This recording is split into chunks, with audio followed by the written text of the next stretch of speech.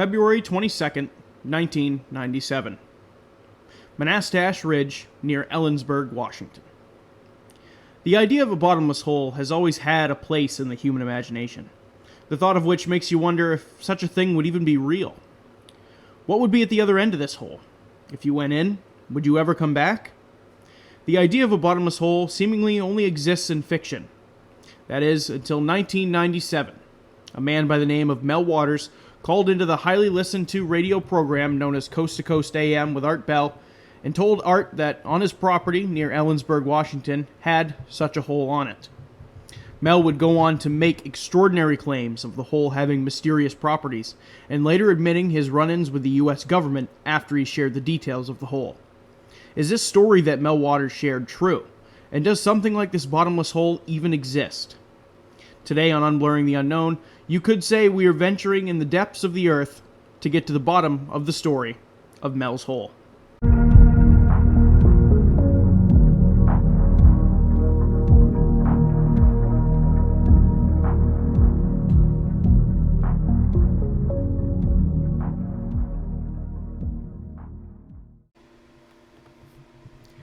Welcome back to Unblurring the Unknown. As always, I am your host, Dominic, and today's episode was kind of a little bit of a spur-of-the-moment one for me. This episode wasn't originally on my episode queue, it wasn't even really on my radar, and it only popped up after a few co-workers of mine had asked if I had even heard about this. When I said no, they whimsically told me much of the story that I later found out that Mel Waters shared on Coast to Coast AM with Art Bell, and the strange occurrences that seem to be affiliated with this hole. And that's what inspired me to look into the story to see if there is any truth behind it, or if it's just made up, or if this is just urban legend. Now, how today's episode is going to go is that I'm going to go over the original story that Mel Waters gave to Art Bell on Coast to Coast AM, and his subsequent calls after that. Then I want to go into a few details about his story and his account, and what happened to Mel after he had called into the show, and kind of the bizarreness that seems to follow this entire story start to finish. And once we get to the end of all of that, I will kind of wrap it all up with what we know, and then obviously go into theories. So our story begins with a fax that was sent into the Coast to Coast AM show the night prior. Now, if you've not heard of Coast to Coast AM, or what the show is about, let me fill you in. Coast to Coast AM is a radio talk show that covers a variety of topics, more specifically, those of the mysterious, strange, and bizarre variety. The program was created by Art Bell, and it was first broadcast in 1988. Now, anyone who has listened to Coast AM before, when Art Bell was the host, knows that, really, Art was a master entertainer, and he knew how much people loved a good story. And, you know, you could chalk this all up to why maybe he ventured into what the strange and bizarre stories that he would sometimes get. He wanted to entertain the masses, and he wanted to, you know, be personable. And he, like I said, he knew how to tell a good story. So he ventured into the strange and bizarre, and obviously gained quite a following through doing this. Now, Coast to Coast AM still continues today with new host George Norrie, and it still has a very large following, especially throughout the United States.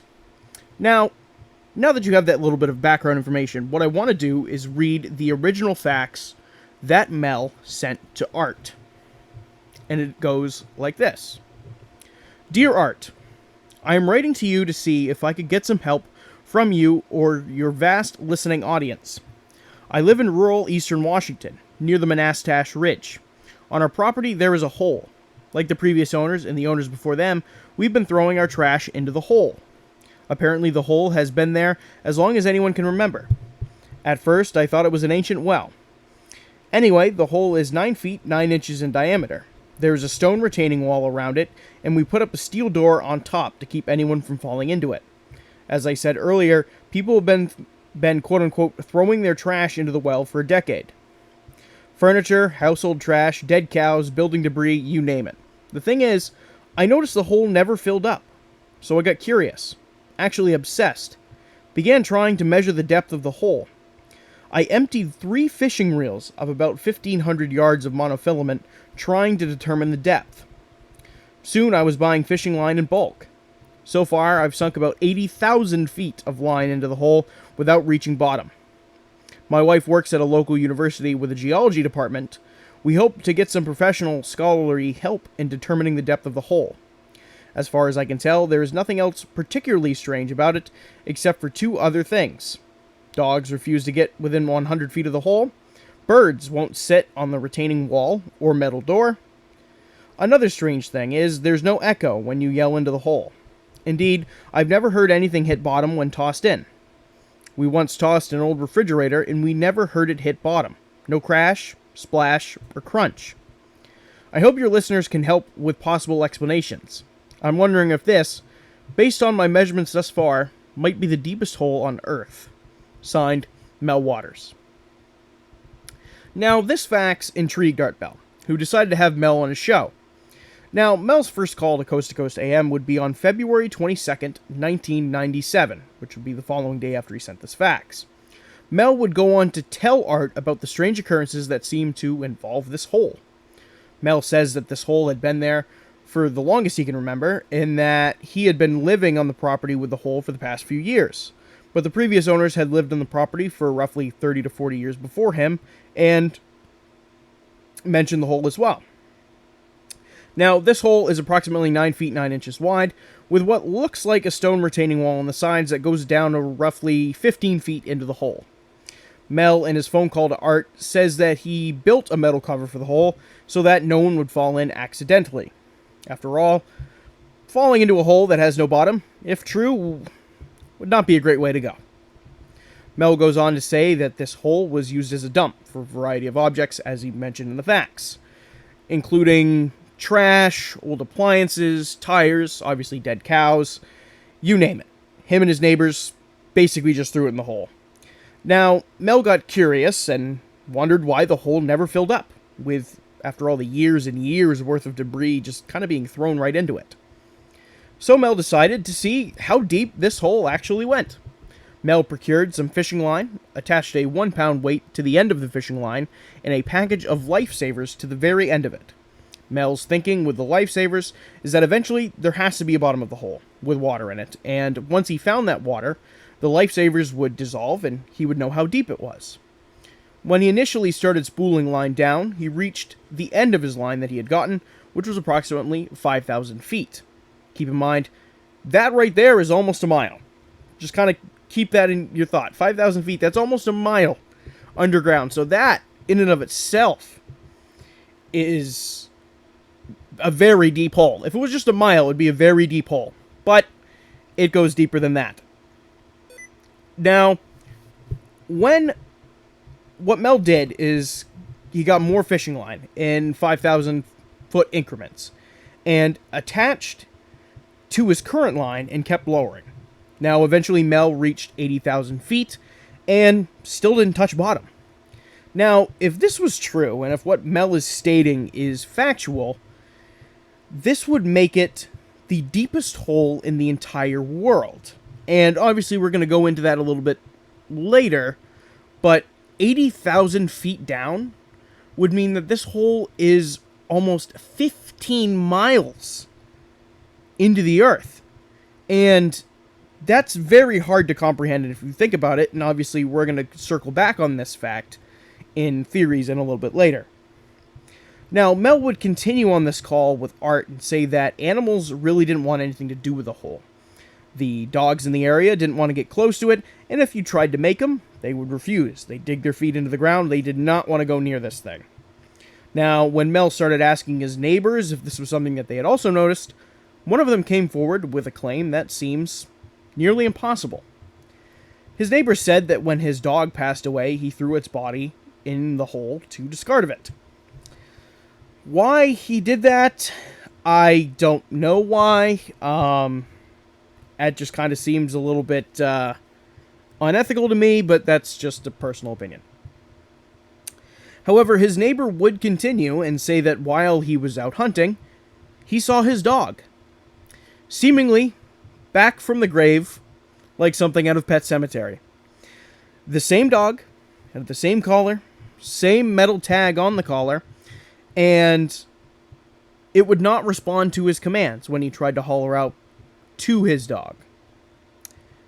Now, my first guess is that the reason the dog didn't respond is that he was probably because the dog was pissed. He's like, that MFer right there threw me in that goddamn bottomless pit, so screw that guy. I'm not going to answer that guy. But I'm just kidding.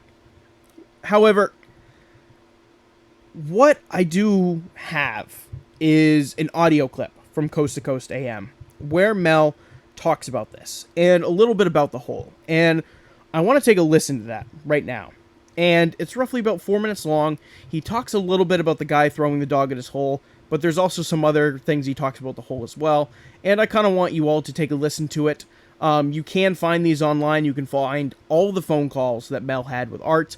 You can get those through the Coast to Coast AM archives. You can also find them on YouTube. There might be a couple other places you can find them as well. But they are out there if you want to take a listen to them. So the audio quality on these recordings is kind of a little bit hit and miss. So please keep that in the back of your mind. Although you can fully make out everything that you're saying. But just keep in mind that the quality is a little bit eh.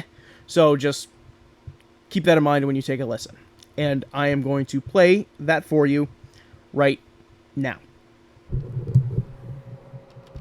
don't even know if there's any air down that far.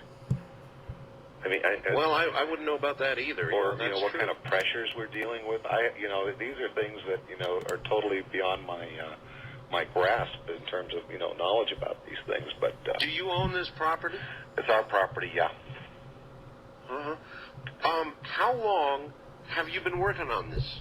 Well, we've been out there for a couple of years. I said about 4 years now. But this project here with letting down the line, that's only been since last summer here, and it was just I said, well, how come this thing isn't filling up? Well, sure. I talked to the neighbors around there, which are when you're out there in the country, your neighbors are pretty far away, but they all know the hole out there. They all know about it. So it's yeah, because they all bring their trash out. So the local legend of the hole. Yeah, this could be an apocryphal story, but one guy claims that he threw his departed canine down into the hole. Oh, really? And he swears, well, the story is the guy that did it swears the dog actually came back to him. And he was a hunter. He was a hunter. The story is that he was a hunter, and he was out there hunting, and he saw the same dog. He had the same collar. He had the same little, little metal thing on his collar there. And he said it was the same dog. And he says he knew he threw the dog into the hole. That's not my dog. That's not my. It's not your story, but it's a story of a resurrected dog. Yeah. This is, as you can well imagine, this is all Native American land around here. And so one of the lines of inquiries I'd like to make is, is there anything about this hole in regards to the Native Americans? That's something I haven't really pursued right now. But if you had a fatal disease, Mel, would you jump in the hole? I would. You would? Based on the dog story? It is in my will. What? Should I meet my demise, that you would be thrown in the hole? Disposed of into the well. I'm not sure the health department would allow that. Well, one of the things that I thought about later on is, what if this is like contaminating our water, And, we've had, I'm sure you do this out there in Pahrump too. Well, you have your water checked all the time. Well, no personal offense to you, Mel, but if there was a possible contamination problem, I'm sure you're a clean guy. Yeah. But, as you deteriorated, you would possibly produce E. coli or something horrible in the local water supply. Well, again, so far it hasn't. If you weren't resurrected. I mean, the water around that area is absolutely pure water. It is, And so nothing thrown down, all the old junk and trash, and nothing has polluted the water. No, I mean, I can't speak for everything that's been thrown down there, but none of that has been showing up in the water that people draw from their wells. I mean, the water's as clean as it's ever been out there. I think we get water that comes off the Cascades or something. Yeah. It's just really great. It's really wonderful water. Mel, you wouldn't be pulling my leg. No, I'm not. And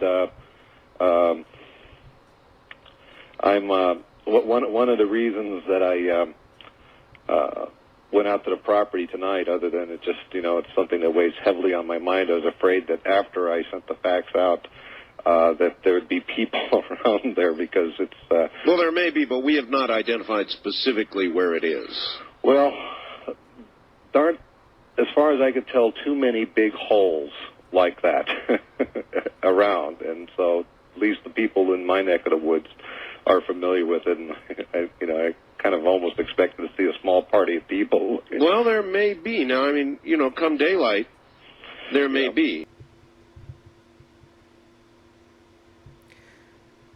Now, this first call that Mel had with Art would last approximately 40 minutes. And while on the phone with Art, other listeners chimed in on the show, giving him suggestions on how to measure the hole. Mel also goes on to tell Art about some strange behavior with the hole, such as him picking up unexplained radio signals when he was near the hole, and the hole seemingly not having any echo to speak of, even though it is so deep. Over the course of the phone call, there are numerous times where Art Bell seemingly, jokingly says, "You're not pulling my leg, are you?" And you kind of hear something like this at the end of that audio clip about, "Hey, are you telling the truth on this?" And this was because Art was skeptical. Art wasn't fully sure if he should believe Mel, if Mel was even his real name. But Art did know a good story when he had heard one, and he knew that this was a good story, regardless if it was true or if it was fake. He knew it was a good story.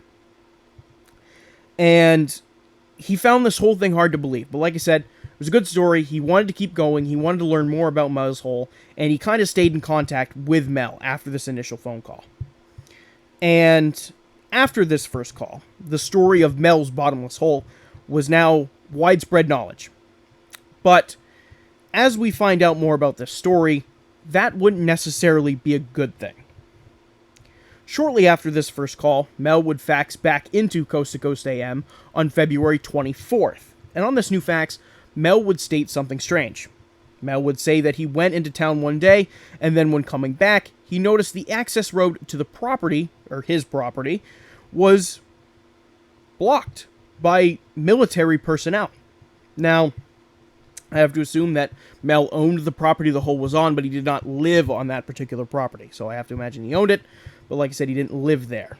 I have to assume. I didn't find anywhere stating that, but if he lived on the property, it wouldn't make any sense of why the military personnel was there, but I couldn't find that clarified anywhere, so for the sake of the story, I'm just going to kind of say that that's the case.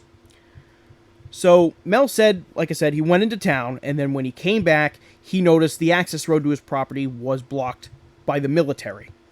And he also stated that there was helicopter activity around the area as well. Now, he approached the guards at the access road and asked them what was going on. And these guards stated that there had been a plane crash and that they were cleaning it up. Now, Mel doubted this statement. He said that he didn't see any smoke, he hadn't heard of any plane crash, he basically called them bogus. He then told the military guards that, "Hey, this is my property. Why are you on my property? What are you doing here? I demand some sort of explanation." And that he wanted to speak to the man in charge.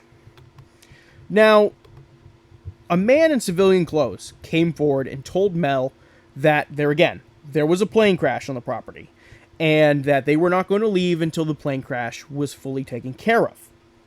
Now, this man continued and say that if he did not leave and not come back until they told him to, that they would make it very easy to put a drug lab on the property and bust him for it. And then this same man told Mel that his land wasn't technically his anymore. And this was basically pretty much this mysterious individual telling Mel that they were threatening to frame him and make up this story about him making drugs on the property, and that they were going to keep this property for however long they felt like it. And Mel threatened to go to the press. He said, "Hey, you can't just take my property. I'm going to go to the press with this whole story."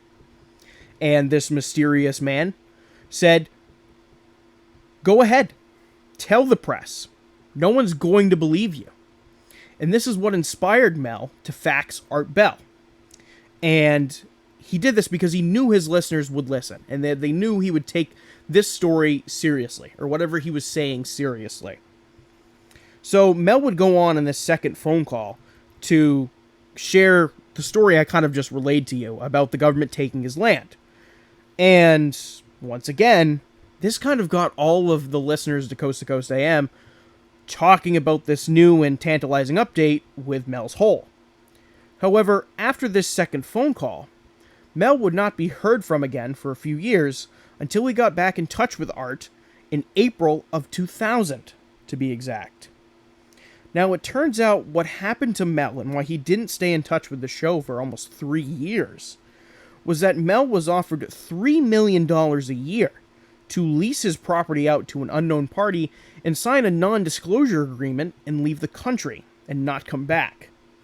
Now, if you go through and listen to the archived Coast to Coast tapes, in the second call on February 24th that I just talked about, Mel kind of drops a subtle hint about how it would be fun to move to Australia.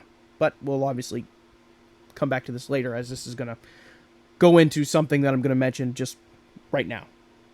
Now, it turns out that in these almost 3 years that Mel was gone, is that he went to Australia. After spending a couple years in Australia, Mel decided that he had missed family back in the States and wanted to return back home to Washington State. Now, which if this story is real, and if I got threatened by the government, or even perhaps an organization that is controlling something, if they told me to basically say, don't come back, or it won't be good, but we'll pay you, I am most certainly not coming back, especially if you're paying me $3 million a year. But, however, this didn't stop Mel. Like I said, he spent a couple years in Australia and was like, nah, I'm good, I want to come back. Which, keep in mind, if he did that, he was basically sacrificing the money he was making if he came back. So, again, there's a lot of things about this story that kind of don't make sense, but I think that's what keeps it so interesting. Now, when Mel initially returned to the States, he got in touch with Art Bell, saying that he was back in the States and wanted to talk more about the hole and how the government had silenced him and that he had moved to Australia for those past couple years. Now, on the day he was supposed to return to Coast AM, he never showed, which obviously Art Bell was pretty disappointed about this. And he was disappointed, but he kind of didn't think too much of it because guests don't show sometimes, and that wasn't necessarily uncommon, although he was disappointed. When Mel finally got in touch with Art, he relays to him his wild return to the United States that he has had up to this point. On the day Mel was supposed to make his return to the show, obviously, like I said, he never showed up, Mel was on a bus traveling to see his nephew and help him move from another part of Washington. Now, while Mel was on this bus, an altercation happened between some of the passengers and the police were called and the bus was stopped. While this bus was stopped and everyone was loaded onto a different bus, Mel blacks out. When Mel awakes from blacking out, he discovers he has no idea where he is. It turns out he is in an alley in San Francisco, with no idea how he got there. When he starts looking at himself and his surroundings, he discovers that his ID and car keys are missing, as well as his belt buckle. He then tastes blood in his mouth, and upon investigating, notices that his back molar teeth have been removed. He also discovers that there is a set of needle pricks in his arm and a residue from tape, basically like he was hooked to an IV. He also finds out that between the time he blacked out to when he awoke in the alley, 12 days had passed. Which, if this is true, that's pretty friggin' crazy. Now, Mel does get in contact with his nephew, and they're able to arrange a bus to come pick him up and bring him back to Washington. But when he returns to Washington and arrives home, he discovers he can't access the property which has the hole on it. There has been a legal action filed against him for violating his lease agreement. The property now includes the access road up to the hole being paved. The property now includes septic tanks that were added, power lines, all sorts of things which violated the lease agreement he had on the land. And pretty much that the property was no longer his since he violated this agreement. And the court basically said you have to surrender your land because you're not allowed to make these changes. But we obviously know that Mel didn't make these changes. Whoever was the military group that took control of his land, they made the changes. Now, upon all of this happening, he does get in touch with Art Bell and recalls this crazy sequence of events I just mentioned. And this whole thing seems a little far-fetched, with some people calling in during this third call saying that this was some elaborate hoax.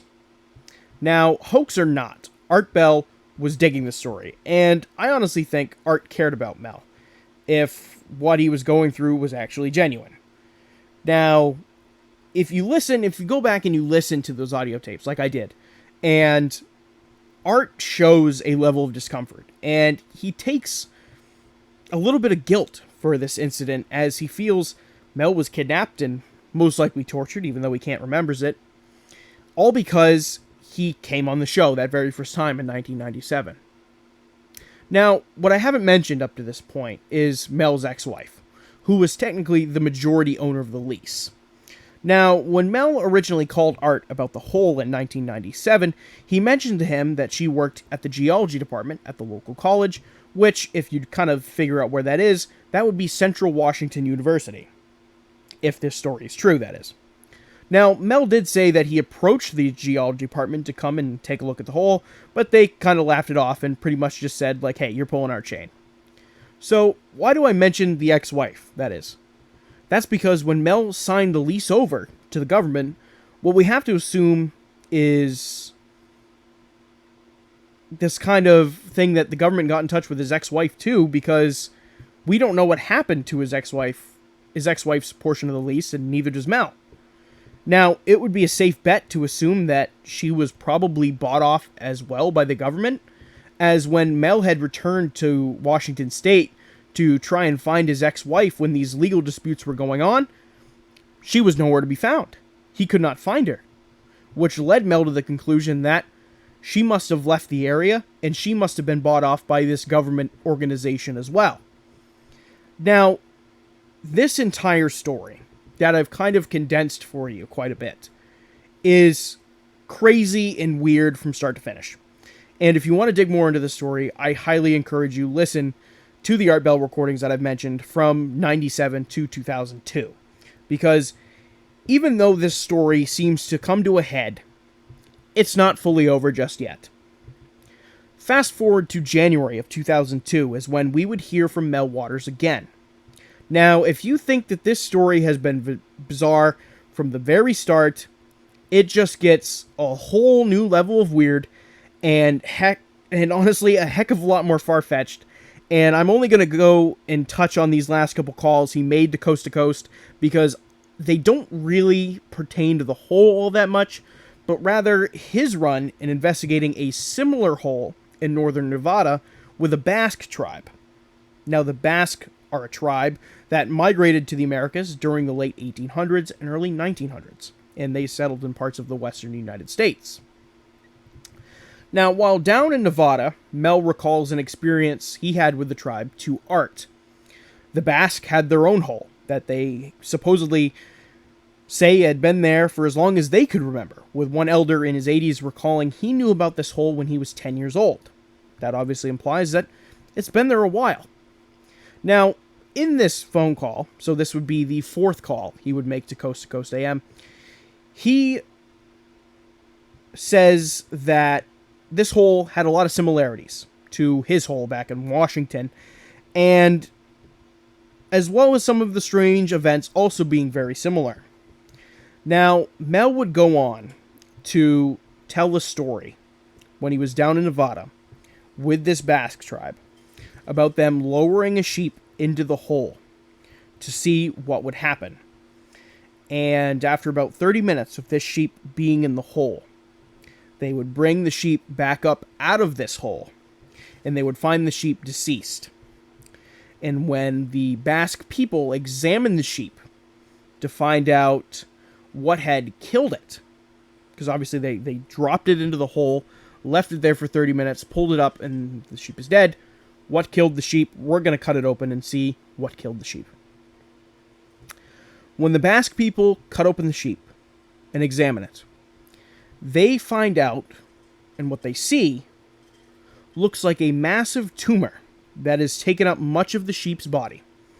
And when they cut into this tumor / sac, they discover what Mel can only describe, and as I quote, this is a quote, as a fetal seal.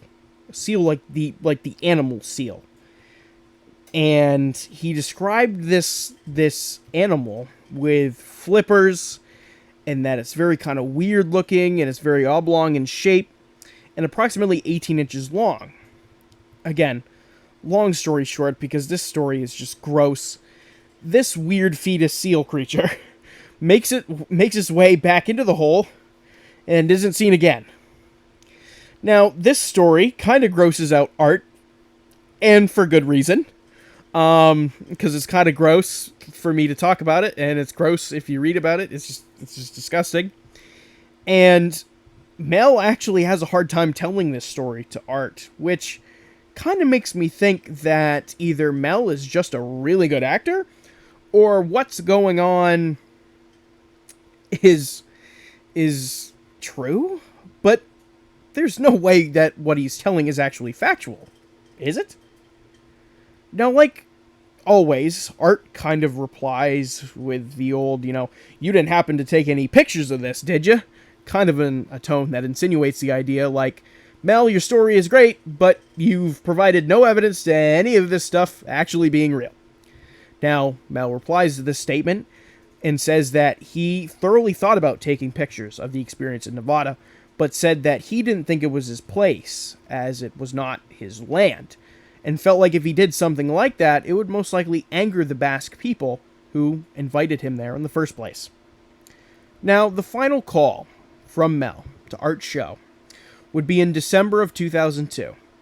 And if anyone has looked into this story before, there's a few things that I left out, because honestly, I find much of this story extremely hard to believe. And after all, this episode's about Mel's hole, and the hole itself. Not the crazy shit that Mel has seen, and he's gone through, and has found in his escapades over the course of these years. So I'm not going to talk about the weird, gross fetal seal thing. I'm going to go back to Washington, and I'm going to talk about Mel's hole. Now, on this last call, Mel says that he is calling from his nephew's apartment, and circles back on the previous story about the second hole in Nevada, and the strangeness that still surrounds that hole.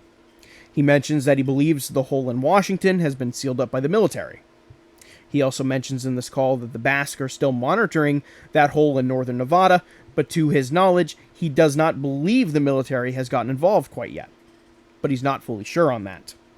He takes Art back down this rabbit hole of the Basque, the strange fetus seal thing we've talked about, and kind of everything in between. Art suggests that Mel get in touch with scientists so that they could examine the hole in Nevada to say what they think it is, and Mel swears that he's going to get in touch with scientists and that he will do so. Then the program runs out of time, and Mel is never heard from again. Now, this story is very perplexing from start to finish. And if I told this story rather quickly, I do apologize. But there's just so much kind of weirdness and so much about this story that is just so hard to believe. However, the idea of, a bottomless pit, and then going from this story about a bottomless pit to some sort of military cover-up, and then to an idea that there's a creature or a being that it's perhaps not from this planet emerging from the body of a dead sheep, it's all a little too far-fetched even for me, and I do a lot of looking into this kind of stuff. It makes me question the whole validity of this entire story. However, what I do want to go into is what we do know about the story when it comes to circling back and fact-checking this and everything that is said during the calls to Coast to Coast AM. Now, what remains a mystery is whether or not Mel's hole is real. And during the second or third call, Art does say that he sent a TV crew up to Washington State in that they couldn't find Mel's hole. But this TV crew did find evidence of a lot of vehicle and boot tracks around this area, indicating that someone or some group was there, like the military.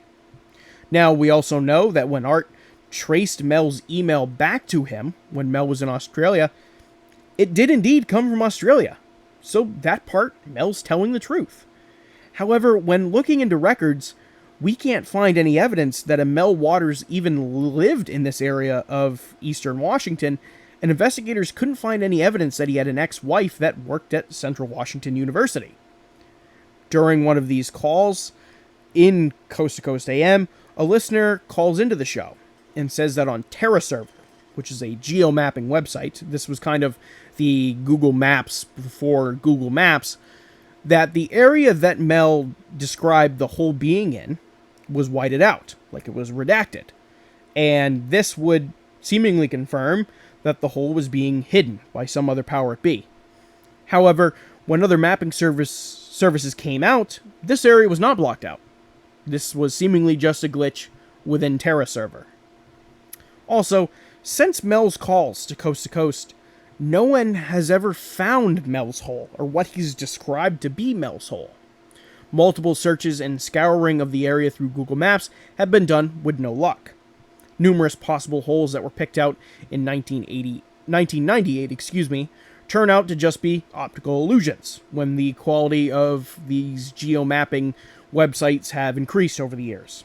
Now, we've found potential candidates, but either they have kind of one of the descriptions missing, or something that was not presented by Mel was present. Like, this does not match up to what Mel is describing. However, what seems to match the description, most of Mel's hole, was actually believed to be found.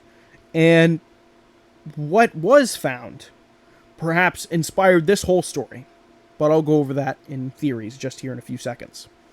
Now, there is a really good YouTube video on all of the satellite evidence that's out there and all these possible candidates of Mel's hole. And there will be a link in that in my Instagram, in my post that I'm going to be making for Mel's hole. For anyone who wants to take a look at that, I thoroughly suggest that you do. It goes over all these possible candidates, and it's really well done. But with that all being said, let's get into theories.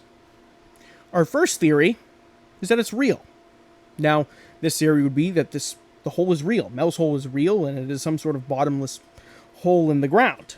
And that it is in a place that we have not yet looked, or it is being covered by the government so that no one will find it.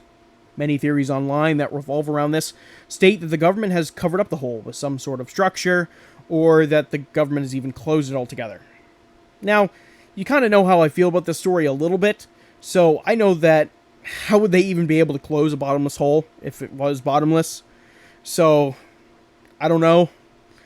But it doesn't really make a whole lot of sense. Even if they covered it with something, you would feel like somebody would kind of come up with something in regards to Mel's hole.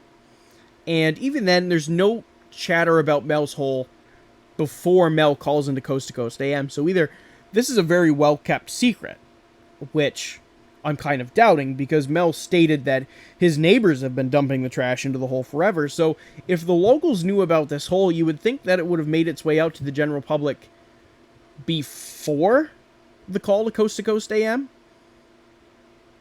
But I merely digress, and I don't know. But obviously, you kind of see how I feel about all this. Our second theory is that this whole thing's made up, and this whole thing's fake. And as much as I want to believe that in a certain way this whole thing is fake, it's one thing to note that Mel, or whoever Mel was, if he was using Mel as an alias, was one heck of an actor. And if you go back and if you listen to these audio tapes, he was able to show emotions over the phone and convince Art of some of these things that were happening. However, with his story getting greatly far-fetched and greatly exaggerated after it seemed that the whole had gained popularity, and with him not taking any photo evidence of this either, and then seemingly disappearing after the last phone call in 2002, this casts doubt onto everything that Mel said in the phone calls. Now, this last theory is kind of a conjunction of the two that I previously mentioned. And that being inspired by reality, based with no logic. Now, this theory is me kind of, like I said, combining the two to what I think is actually happening here. Now, I think the story behind Mel's Hole was a real one, in the instance that there probably was a trash hole that was being used. And maybe this trash hole used to be an old mine shaft that people would use, and, Mel, if that was even his real name, used this story of this trash hole, this old mining hole, to help create an urban legend about the area. And besides, a hole 80,000 feet in the ground is geographically, it's impossible. It's impossible. It does not make any sense. It would not work. It is impossible. Because that's almost 15 miles into the ground. Like, that's almost all the way through the Earth's mantle. Like, that does not make any sense. And I think when Mel started to create this story, create this urban legend, I think maybe it actually might have got the attention of some high up people in the government, and they actually went out to investigate these claims of this bottomless hole. And when they went out there, they discovered that it was just a well. Or a well, or mining shaft, or whatever. Once they realized that it's not a bottomless hole, they packed up shop and pretty much buried any claims that this story was genuine. And Mel was using this story as a way to maybe fabricate everything and maybe, get some sort of fame out of it. I don't know. It's just very hard to comprehend because we can't find any evidence that Mel fabricated the story. We can't find any evidence that Mel actually got some sort of fame or financial gain from this. We can't find that at all. But again, we do know that Mel went to Australia because Art traced his email back to actually coming from Australia. So maybe Mel started this story, and after saying this story so many times, he started to believe that this story was real, and he started to believe his own lies and what he was saying. Maybe Mel did go to Australia and decided to keep the lie going for publicity reasons, or who knows.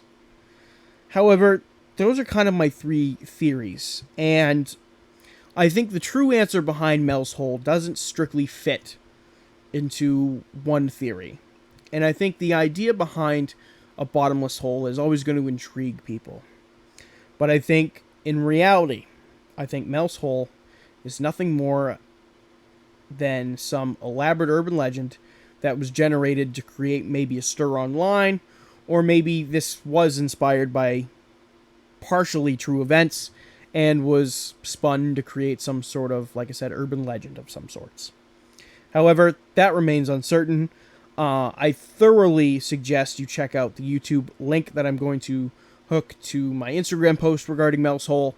Check that out. Watch the satellite imagery. You'll be able to find out what the actual hole, what they think Mel's Hole actually looks like. And you can kind of Google it and you'll be able to find it as well.